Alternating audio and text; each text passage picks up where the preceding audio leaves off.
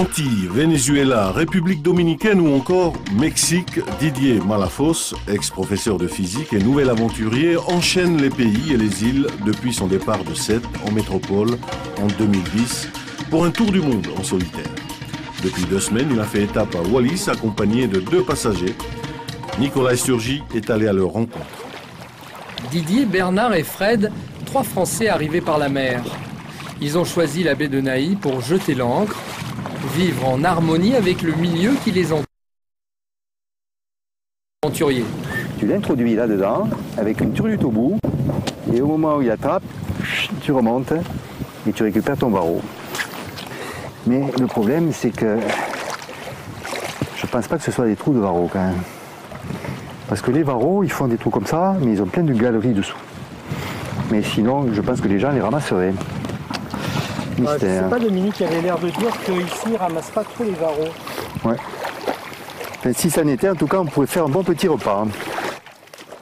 Quand même, c'est pas possible pour quelqu'un qui est français de passer dans le Pacifique Sud et d'éviter Wallis. Parce qu'avant, c'est un endroit un peu magique, ça change un petit peu de la culture anglo-saxonne.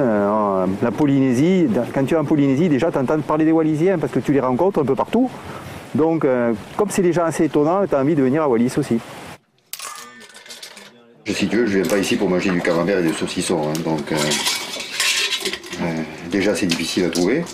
C'est beaucoup plus facile de trouver des coquillages. Donc, la philosophie, c'est aussi la simplicité. Hein, c'est de ne pas se casser la tête. Parce que on n'a pas la voiture, on n'a pas plein de choses qui rendent des choses faciles sur le bateau. Donc, il ne faut pas faire compliqué. Et pas faire compliqué, ben, c'est déjà de pêcher, c'est déjà de ramasser un peu des coquillages. La nature, elle nous offre des tas de choses, alors autant en profiter. Je pense qu'il y en a 4 ou 5 pour avoir fait à peine ça à manger. Ici, l'accueil, je crois qu'on ne peut pas faire mieux que ce qu'on a trouvé ici. Parce que franchement, les gens sont d'une gentillesse, sont attentionnés, sont souriants.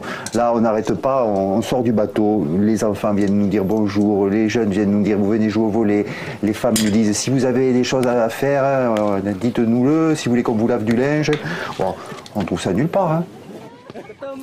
Didier, le skipper, a déjà parcouru 35 000 km. Bernard, son beau-frère, l'a rejoint dernièrement pour partager quelques étapes. Quant à Fred, le plus jeune, lui, il fait du bateau-stop. Dans le monde marin, c'est pas compliqué, on se retrouve autour d'une petite table avec une petite bière et on parle un peu voyage.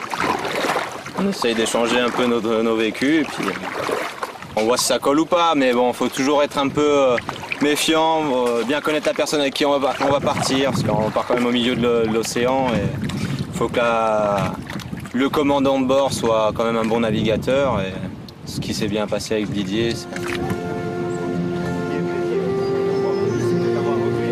Cette semaine, Fred, justement, a quitté le navire pour de nouvelles aventures en Thaïlande.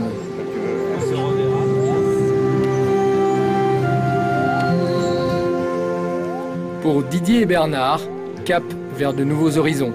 Sabaïdi, c'est un mot laotien, c'est thaïlandais aussi, mais au Laos, ça a une autre signification. Ça veut dire, étymologiquement, ça veut dire je vais bien. En fait, vas-tu bien, salut. Mais bon, c'est surtout un signe quand on rencontre quelqu'un, quand on dit « Ciao, sabaïdi bon » ou « sabaïdi », ça veut dire « Est-ce que je suis très honoré de te rencontrer ?» Ça me fait un grand plaisir de te rencontrer. Vraiment, mon cœur est en train de gonfler. Voilà. Alors c'est pour ça que je l'ai appelé comme ça, parce que comme j'ai vécu au Laos, j'en ai retenu cette qualité d'accueil et que je retrouve un petit peu à Wallis. Voilà. Et quand on demande à Didier à quand la fin du voyage, il répond par une boutade. Mon retour en France est programmé. La date précise, c'est plus tard.